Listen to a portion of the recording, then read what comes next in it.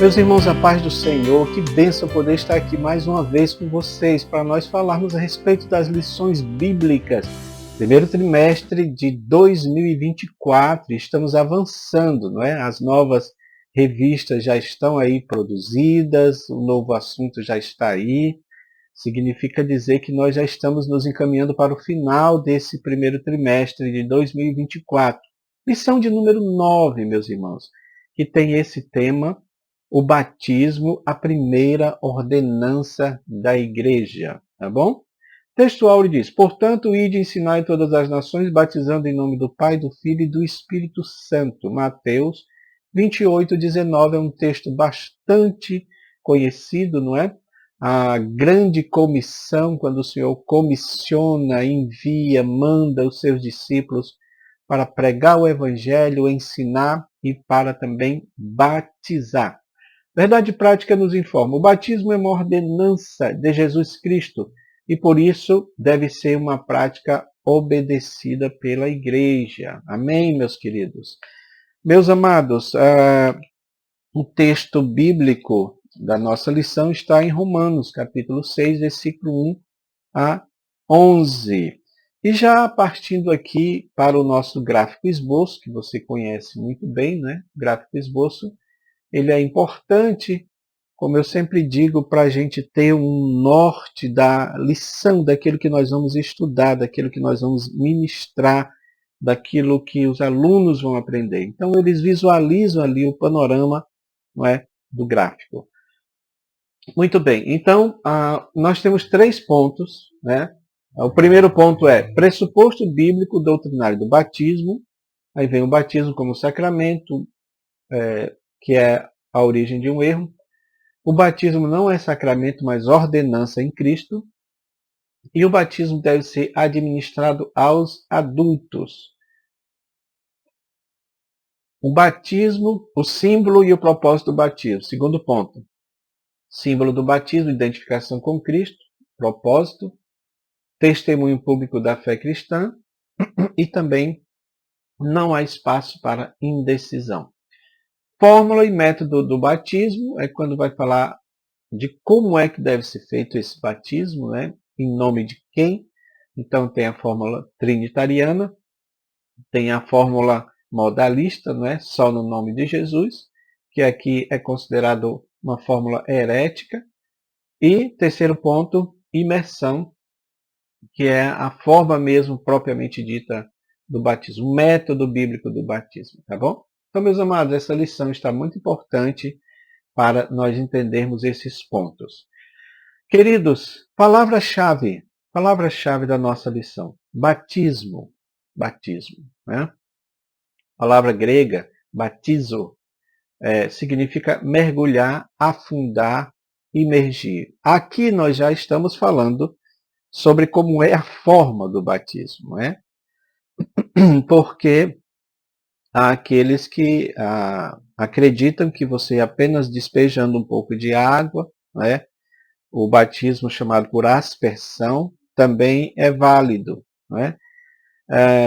Não estou dizendo nada contra isso, mas se nós formos olhar para o texto bíblico, há muito mais indício de que batismo tem a ver com essa questão, né, do mergulhar. Nós vamos trabalhar isso mais adiante, mas em princípio nós queremos dizer que o importante aqui é falar sobre o sacramento, sobre essa ordenança, né?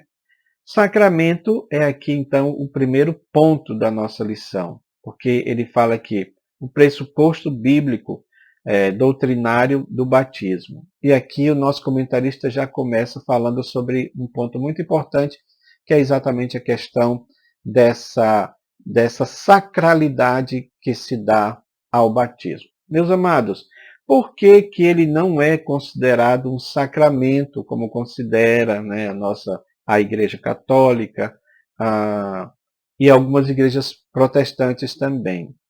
Exatamente porque ela não é para conferir esse ato do batismo, não é para conferir um poder mágico, como o nosso comentarista aborda isso aqui.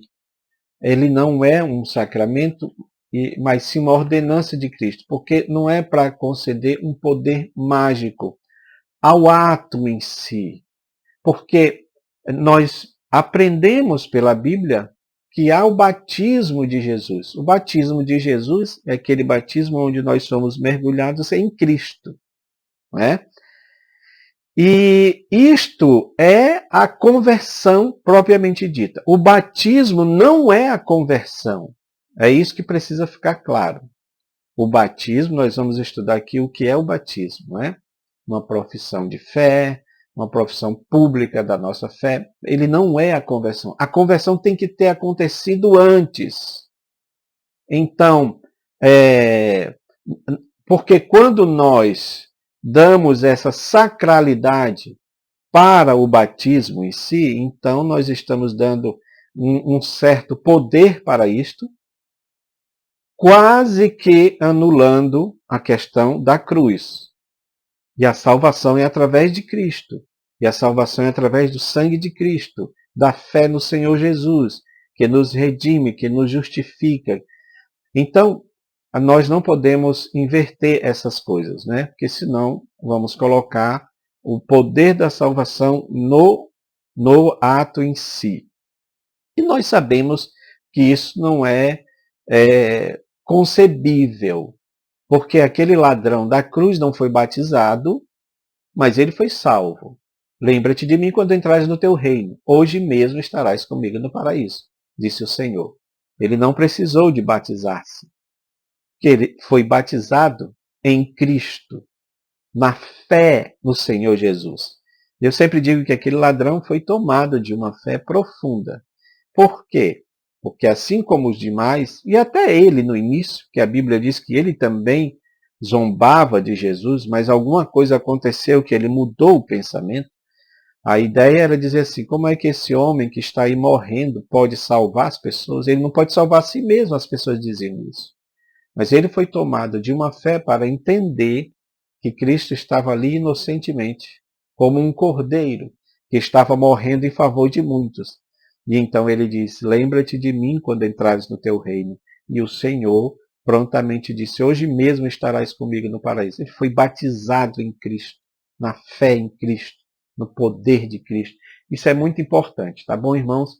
A nossa lição, o comentarista, né, faz questão de mostrar aqui que foi Agostinho de Hipona que introduziu, apesar de ser considerado, né, um grande teólogo da igreja, mas ele introduziu esse desvio, né, colocando o batismo como uma sacralidade. Inclusive, um rito, segundo eles, que transmite essa graça espiritual, independentemente da fé de quem o pratica.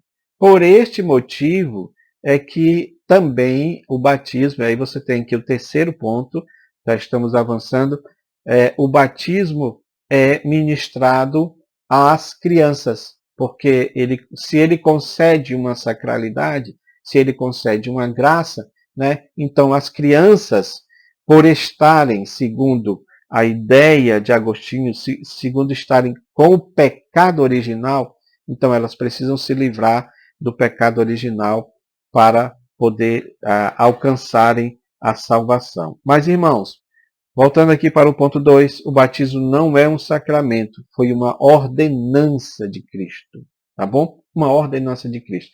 Eu quero mostrar aqui um gráfico que nós pegamos para falar a respeito do batismo, né?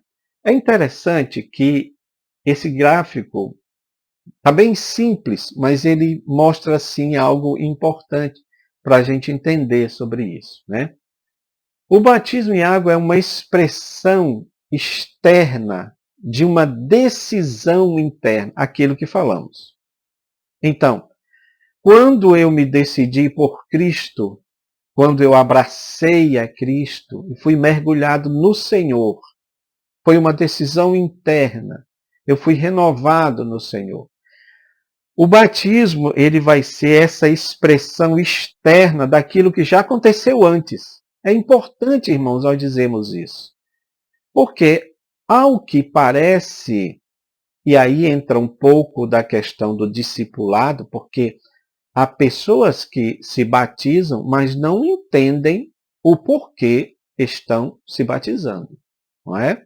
Mesmo que a maioria das igrejas, a nossa igreja aqui, campo da Cidade Nova, pastoreada pelo pastor Jaime, há estudos bíblicos para os pré-candidatos, para os candidatos ao batismo, né? Quando há batismo na igreja, há estudo bíblico para reforçar isso daí, para eles entenderem o porquê estão sendo batizados. Mas parece-me que na prática poucos entendem isso. Então, professor, vamos aproveitar essa lição para ensinar aos nossos alunos o que é de fato o batismo. Meus irmãos, através apenas aqui de posições, nós temos aqui 4 posições que explicam o simbolismo do batismo. Por exemplo, você tem aí a figura da pessoa em pé. Em pé, vamos colocar assim, na água, mas em pé, tá?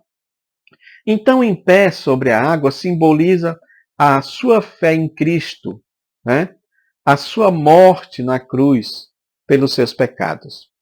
Você lembra que Cristo ficou dependurado na cruz, em pé, dependurado na cruz, não é isso? E aí nós já vamos entrar com aquele conceito de Paulo dizendo: eu estou crucificado com Cristo, não é? Porque para nascer com ele precisa morrer. Precisamos morrer. Então, quando o candidato está em pé e o pastor está explicando, está falando as coisas, aquilo ali é uma simbologia do crente, do crente que está imitando Cristo sendo pregado na cruz para morrer. Porque agora é preciso entender que a minha carnalidade, a minha pecaminosidade intrínseca, latente em mim, ela vai precisar morrer. É isso que fala do velho homem. Então, mas aí, esse ponto aqui é um ponto importantíssimo. Porque se eu não entender que eu preciso morrer com Cristo, então a minha fé, meus irmãos, não tem validade nenhuma. Quando Paulo diz, eu estou crucificado com Cristo, ele está falando de crucificar as suas paixões, ele está falando de crucificar a sua carnalidade, ele está falando de mortificar as obras da carne, aquelas mesmas que ele elenca lá em Gálatas 5. Então, quando nós somos crucificados com Cristo, estamos crucificando também a nossa carnalidade. Por isso que a gente precisa morrer com Cristo. E isso é muito importante. Porque quando morremos com Cristo, o pecado não nos domina, mesmo estando lá. Sempre tenho dito que a carne ela não se converte, ela só precisa estar morta, ela só precisa estar contida, ela só precisa estar dominada, não é? Segundo posicionamento, segunda posição aqui. Porque quando a pessoa é imergida, né? Imergida é mergulhada, né? Então ela é submersa na água. Demonstra a sua fé na morte física, porque Cristo morreu fisicamente, né? Ele morreu e ele foi sepultado. Então, significa dizer que também nós estamos sepultando, não só matando a nossa carnalidade, mas também estamos sepultando ela, né? Estamos sepultando. Muito bem, isso aqui é muito importante. A morte, o sepultamento, que foi o que aconteceu com Cristo, né? Segundo ponto aqui do nosso gráfico, já é o contrário, porque ele morreu, ele foi sepultado, mas diz a Bíblia que a morte não poderia detê-lo. Então o que acontece, meus irmãos? Cristo, sendo sepultado, ao terceiro dia ressuscita. Quando o cristão é mergulhado na água e quando ele é levantado, e existe esta simbologia, esta analogia do Cristo ressurreto. do Cristo que ressurge, do Cristo que se levanta. Glória a Deus. Assim como o crente também. Quando a gente sai da água, nós ilustramos a nossa fé na vitória de Cristo sobre a morte, por sua ressurreição, porque a Bíblia diz que a morte não poderia detê-lo. Ora, nós estamos falando aqui da vida. Cristo é a vida eterna. Mas ele carnalmente precisou morrer, foi sepultado, mas estava previsto que ele ressuscitaria. Então nós ressuscitamos com Cristo. Isto tem o significado, sim, aqui e agora, e tem o significado futuro, porque assim como Cristo ressuscitou, também ressuscitaremos em carne, em corpo glorioso, modificado, transformado para a glória de Deus. Mas por enquanto, o nosso homem interior, ele ressuscita com Cristo. Presta atenção, meus irmãos, não é a nossa carnalidade que ressuscita, não é a nossa pecaminosidade que ressuscita. O que ressuscita é o homem interior, porque quando nós estamos andando pela carne, você lembra lá o texto de Gálatas? Se vocês andam pela carne, são carnais. Se andam pelo Espírito, são espirituais. Então, quando a gente está andando pela carne, sem Cristo, o nosso espírito está morto. Ele está ali. Ele está dominado pelos desejos da carne. Quando Cristo entra em nós, que aí ele efetua um novo nascimento, por isto a necessidade do novo nascimento. Porque o espírito está morto. Mas quando ele faz esta obra da salvação em nós, ele mortifica a nossa carne e o nosso espírito ressurge. O nosso espírito ressuscita. E ele vos deu vida, estando vós mortos em delitos e pecado. Está lá em Efésios capítulo 2. Então nós ressuscitamos com Cristo.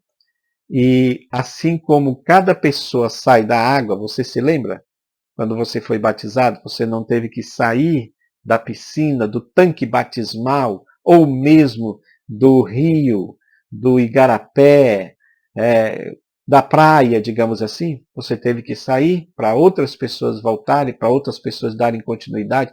Essa saída, essa sua ida, significa andar em novidade de vida, ou seja, a intenção de viver por Cristo agora, que você está salvo. Ou seja, se você ressuscitou com Cristo, você tem uma nova vida com Ele. Por isso que é importante, meus irmãos, nós entendermos estes conceitos aqui, tá bom? E esse gráfico vai ficar disponível, você pode baixar ele, é tudo de graça, tá, meu irmão? Você pode usar e com certeza Deus vai te abençoar mais ainda quando você estiver utilizando ele. Meus queridos, é importante também nós dizermos que o batismo para os judeus, ele existia, tá bom? Porém, segundo alguns autores, como R.N. Champlin, o batismo judaico era apenas para prosélitos, pessoas que não eram da religião judaica, mas que queriam se tornar judeus, né? Porque judeu, ele está ligado diretamente com a religião judaica, tá? Judaísmo. Então, uma pessoa que não era judeu, mas queria se tornar da religião judaica, ele precisava passar pelo processo do batismo, tá bom? É interessante que eles ingressavam no judaísmo através do batismo, porque o batismo era esse tipo de confissão pública. E o que se consta, segundo os autores, era que esse batismo ele era por imersão também. Aliás, um detalhe importante, que eu achei interessante isso, né? É a autoimersão. A pessoa mesmo mergulhava, como uma decisão dela mesmo, né? De se auto-mergulhar, tá bom? Muito provavelmente, isso acontecia como uma forma de purificação, de iniciação, para que ela fosse livre de todo o paganismo, de toda a idolatria. Essa era a ideia, tá bom? O batismo de João segue mais ou menos, não completamente, mas segue mais ou menos essa mesma ideia, no sentido de que ele batizava no rio, no sentido de que ele mergulhava as pessoas, porém agora não para o judaísmo, mas para este novo movimento que estava acontecendo, que é exatamente de Jesus. Porque ele veio como arauto de Cristo, né? Para anunciar o Senhor que estava vindo. Então João Batista utilizava também o batismo neste sentido, tá bom? Meus amados, uma coisa aqui também que é importante, nós já falamos sobre isso, agora vamos trabalhar mais um pouco sobre isso aqui, tá? O batismo deve ser administrado apenas aos adultos, porque há igrejas que entendem que crianças devem ser batizadas, seguindo aquela ideia lá de Agostinho, que você sabe, nós já falamos sobre isso, não é? Uma coisa que eu acho que é importante, professor, nós informarmos para os nossos alunos é que qual é a idade, e aqui eu quero que você olhe rapidamente esse gráfico, nós já colocamos, gráfico não, né? As enquetes do nosso professor, né? Vamos colocar assim, o nosso mascotezinho. Eu sei que esse mascote é muito utilizado aí, né? Quem sabe provavelmente a gente cria um próprio para nós aqui, mas nós vamos continuar sempre com essas perguntas porque é importante. Por exemplo, a partir de qual idade uma criança pode ser batizada? A partir de qual idade? Porque aqui está dizendo que é mais aos adultos, né? Mas uma pessoa de 13, 12 anos ainda é considerada uma criança, mesmo que seja já na fase da adolescência, pré-adolescência, né? Olha só, meus irmãos, o que é que diz os estudiosos? Quando uma criança passa a ter consciência dos seus erros, do que é certo, do que é errado, né? Isso é um ponto importante, porque é isto daí que define, tá bom? O momento para aquela pessoa se batizar. Ela entende o que é certo e o que é errado. Os especialistas falam de várias fases da consciência dos seres humanos, tá bom? Eu vou falar apenas das duas últimas, que é mais importante. A heteronomia e a autonomia. A heteronomia, nomia você sabe que é lei, regra, né? Hétero é o outro. Então, seria a regra do outro, a lei do outro. Porque o que é que os especialistas dizem? Eles dizem que as crianças de 9 a 11 anos, eles têm, de certa forma, essa heteronomia. Por quê? Porque, como é a regra dos outros, então eles entendem o que é certo e o que é errado por causa dos outros, que estão ali, de certa forma, refreando. Você se lembra como você, como papai, né? Você teve que muitas vezes refrear um erro de seu filho, mesmo você explicando antes para ele, né? Mostrando antes o erro, mas ainda assim, às vezes, ele comete o mesmo erro.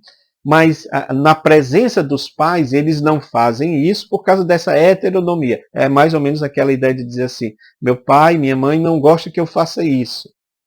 Mesmo que eu queira fazer, mas meu pai e minha mãe não gostam. Ou seja, eles seguem o certo e errado por causa dos outros. Entendeu aí? Só que chega a fase da autonomia. Aí é diferente. Porque ele não precisa dessa, digamos, dessa espécie de monitoramento dos pais para que ele saiba o que é certo e o que é errado.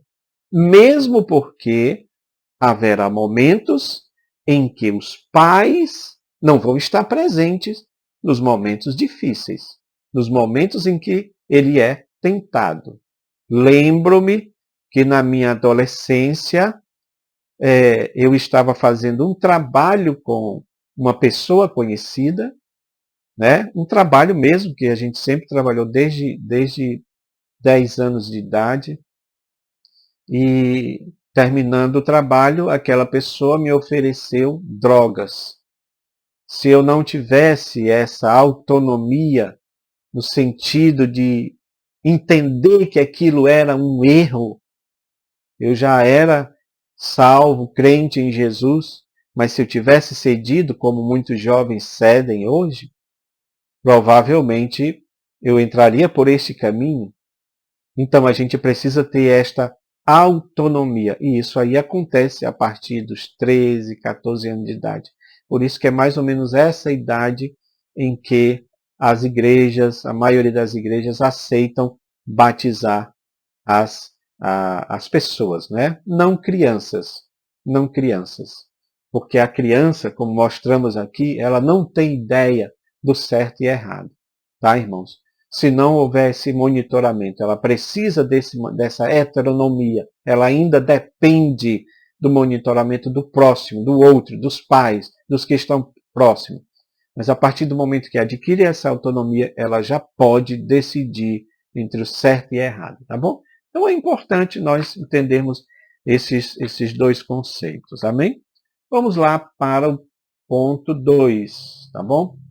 O ponto 2 é o seguinte: símbolos do batismo, identificação, símbolo e propósito do batismo. Então nós temos aqui praticamente 3, né? Identificação com Cristo, tá bom? E essa identificação com Cristo, professor, está dentro daquilo que nós mostramos agora há pouco, a questão da morte, a questão do sepultamento, a questão da ressurreição, tá? Então, essa identificação com Cristo significa dizer que nós também precisamos passar por este processo que Cristo passou. Não literalmente.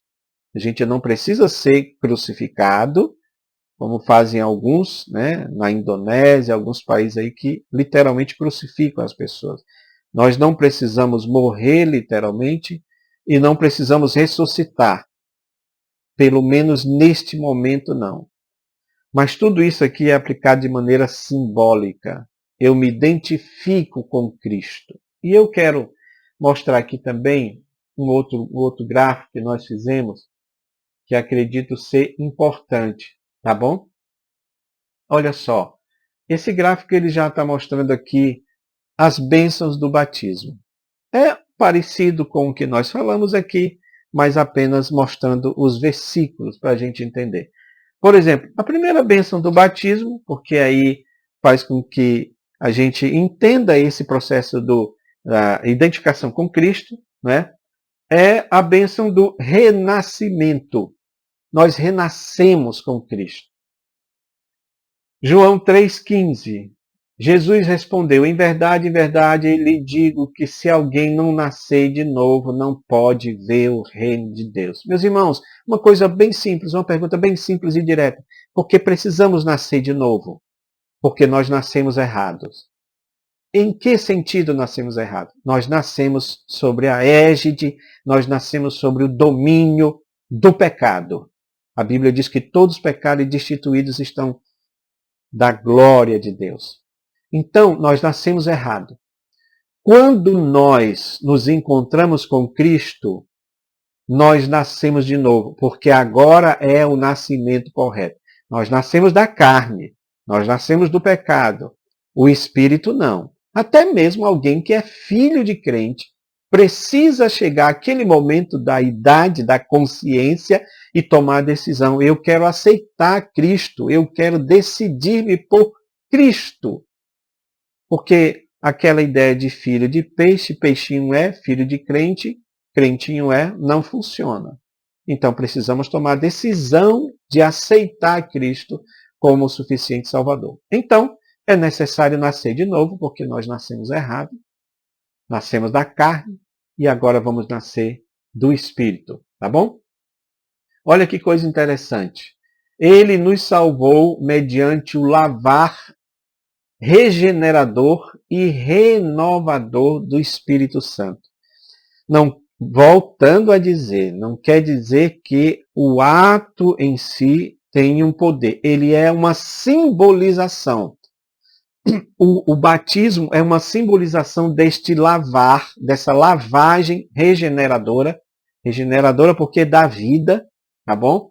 E renovadora do Espírito Santo, que foi aquilo que Jesus disse para a mulher samaritana: do teu interior, do seu interior, fluirá rios de água viva. É muito importante, né, irmãos, nós entendemos isso. Outra bênção do batismo é que nós vamos ser revestidos de Cristo para um andar novo, para um novo viver, né? Porque todos vocês que foram batizados em Cristo, de Cristo se revertiram. Olha que coisa maravilhosa, né? Batizados em Cristo. Esse batizados em Cristo é também e principalmente aquele momento em que nós nascemos de novo. Veja que nós já estamos falando sobre isso já há um tempo. Esse batismo em Cristo precisa acontecer anteriormente à decisão física do batismo nas águas. Então nós somos batizados em Cristo e nos revestimos dele. É o mesmo conceito de Efésios 6, quando fala das armas da nossa guerra. Porque todas aquelas armas da nossa guerra é Cristo em nós. Cristo é a nossa salvação, Cristo é a nossa justiça, Cristo é a nossa fé, Cristo é a espada do Espírito, Cristo é a nossa verdade, o cinturão da verdade, Cristo é a nossa paz. Nós estamos nos revestindo de Cristo. Revestivos de toda a armadura de Deus, para que possais resistir no dia mau. Então é muito importante, meus irmãos, essa bênção do batismo. Mas temos outras aqui. A outra bênção do batismo é a purificação. Né?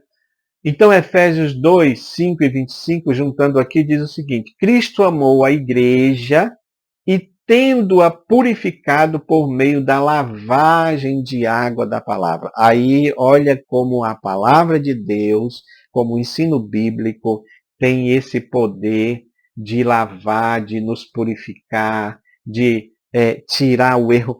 É aquela ideia do rio que flui de dentro. Tenho costumado dizer, para exemplificar isso, que a água que Cristo faz brotar em nós não é uma represa. Porque uma represa pode criar lodo, sujeira. Não. A água que Cristo coloca dentro de nós, essa fonte, ela é purificadora porque vai tirando toda a impureza. Isso é uma bênção, não é, meus irmãos? E para completar, outra bênção do batismo é que nós somos ressurretos em Cristo, né? Ressuscitamos com Ele. Olha o que diz: fomos sepultados com Ele na morte pelo batismo. Olha cá, somos sepultados com Ele na morte, para que, como Cristo foi ressuscitado dentre os mortos para a glória do Pai, assim também andemos em novidade de vida, que foi aquele último conceito lá do gráfico que eu mostrei para vocês. A gente saindo da água. Agora eu estou andando em novidade de vida. O velho homem ficou para trás. Agora eu estou andando em novidade de vida porque Cristo está em mim. Eu estou revestido nele. Eu ressuscitei com ele. Né? É muito importante nós entendermos isto, tá bom?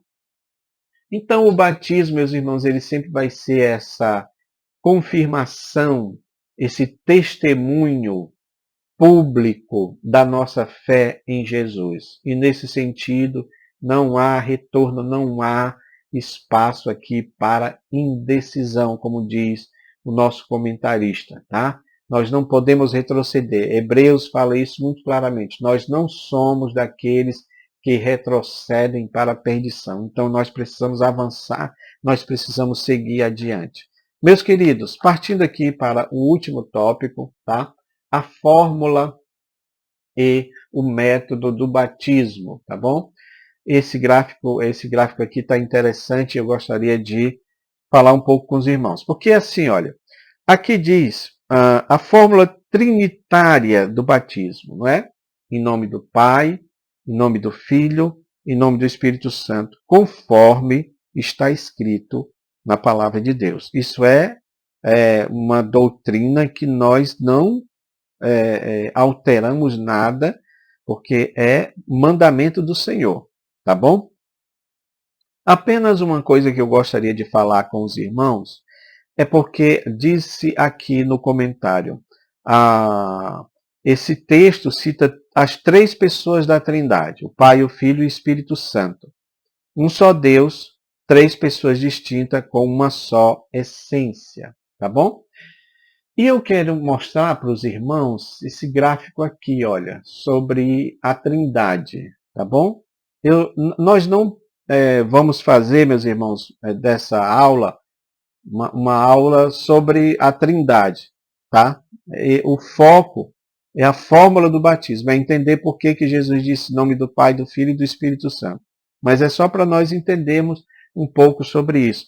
Porque eu quero apenas alertar os irmãos para a gente tomar cuidado com essa questão da palavra pessoa. Porque quando dizemos que as pessoas são distintas, e você sabe que são três, se não me falha a memória aqui, três qualidades de uma pessoa: intelecto, volição, sensibilidade. Intelecto, volição, sensibilidade. Quando eu digo que o Espírito é uma pessoa, o Pai é uma pessoa e Jesus é uma pessoa, eu estou dizendo que o Espírito tem um intelecto, tem uma sensibilidade, tem intelecto, sensibilidade e volição, vontade própria. E então nós só precisamos ter cuidado, meus irmãos, para que isso não se forme ou se descambe para um triteísmo. O que é o triteísmo? São três pessoas distintas que formam ali três divindades. A gente só precisa ter cuidado quando explicar. Embora, repito, a lição não fala diretamente sobre isso, mas é só para nós entendermos. Por isso que há alguns estudos que ajudam, meus irmãos, nós entendermos isso. Por exemplo, eu coloquei aqui no nosso gráfico, no nosso tópico, não é? Essa imagem, e eu tenho um artigo sobre isso, sobre essa chamada pericorese. A pericorese são as três pessoas da Trindade em uma perfeita união. Porque se nós não ensinarmos isso direito, nós vamos acabar fazendo como eu já vi até professores de faculdades, de seminários, dizendo claramente que no céu nós vamos ver os três tronos. Um trono do Pai, um trono do Filho e um trono do Espírito Santo. Se isso for verdade, então são três deuses. Aí a gente precisa tomar cuidado em relação a isso. Mas eu volto a dizer, nós estamos aqui falando de um assunto que é complexo, não é simples. Quem disser que domina esse assunto, eu digo com toda a autoridade que está redondamente enganado, porque nós não podemos saber tudo sobre a questão da Trindade. Só que precisamos ter cuidado. Isso aqui já foi alvo de vários debates durante os séculos, os grandes homens de Deus, os grandes teólogos, né? Centenas de anos aí estudando sobre isso. Não é agora que nós vamos querer tentar resolver esse problema, mas é apenas para nós entendermos que é através do Pai, do Filho e do Espírito Santo. Quando o nosso comentarista fala da forma herética, meus irmãos, aqui eu gostaria de falar mais sobre isso, porque houve momentos na escola dominical em que tivemos pessoas, né, irmãos nossos, que eram adeptos das ideologias modalistas, principalmente Tabernáculo da Fé, de William Branham e tudo mais, né? E era uma dificuldade para ministrar essa aula, porque as pessoas geralmente estavam rebatendo aquilo que nós falávamos. Mas foi bom, porque nos obrigou a estudar para conhecer.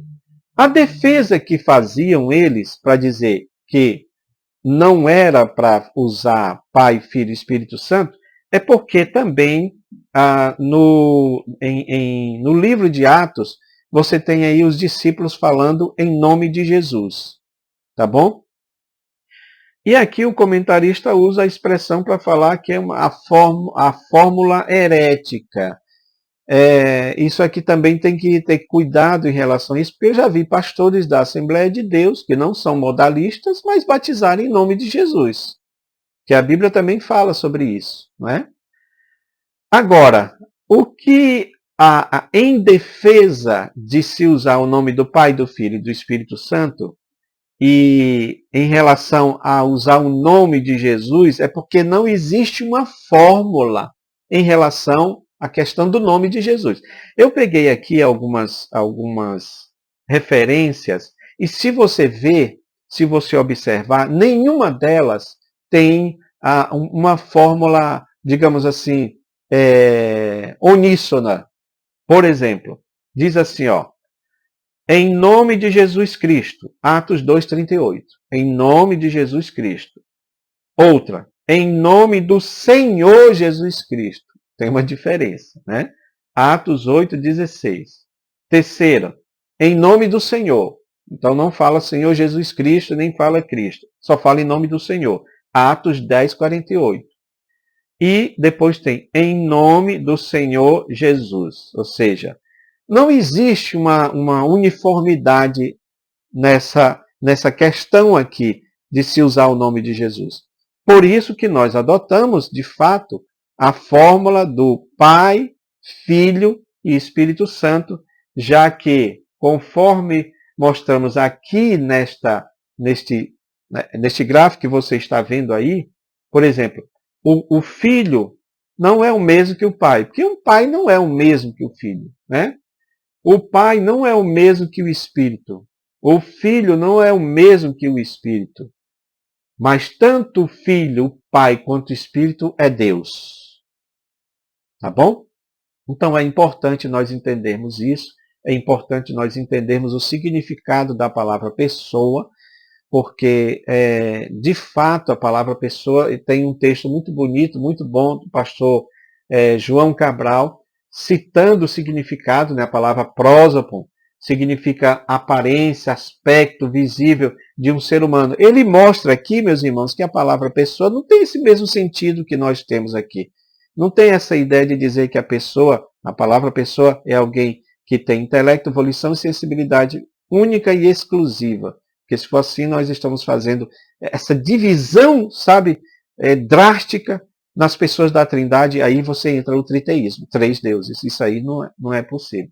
Então dê uma lida nesse gráfico, ele está muito bom para nós entendermos isso, tá bom? Meus amados, eu quero agradecer os irmãos estarem até agora assistindo, né, a nossa videoaula. Quero dizer que rogar as orações dos irmãos pela nossa saúde. Eu estou bem melhor, tive um problema no ouvido, né, uma espécie de furúnculo dentro do ouvido, né, um tumor, e estava atribulando a minha vida, mas graças a Deus ele retrocedeu em nome de Jesus. Eu agradeço as palavras de carinho, de incentivo dos irmãos. Se você puder, compartilhe essas videoaulas, pegue essas imagens e que você seja grandemente abençoado para ministrar essa palavra em nome de Jesus. Que o Senhor vos abençoe. Amém.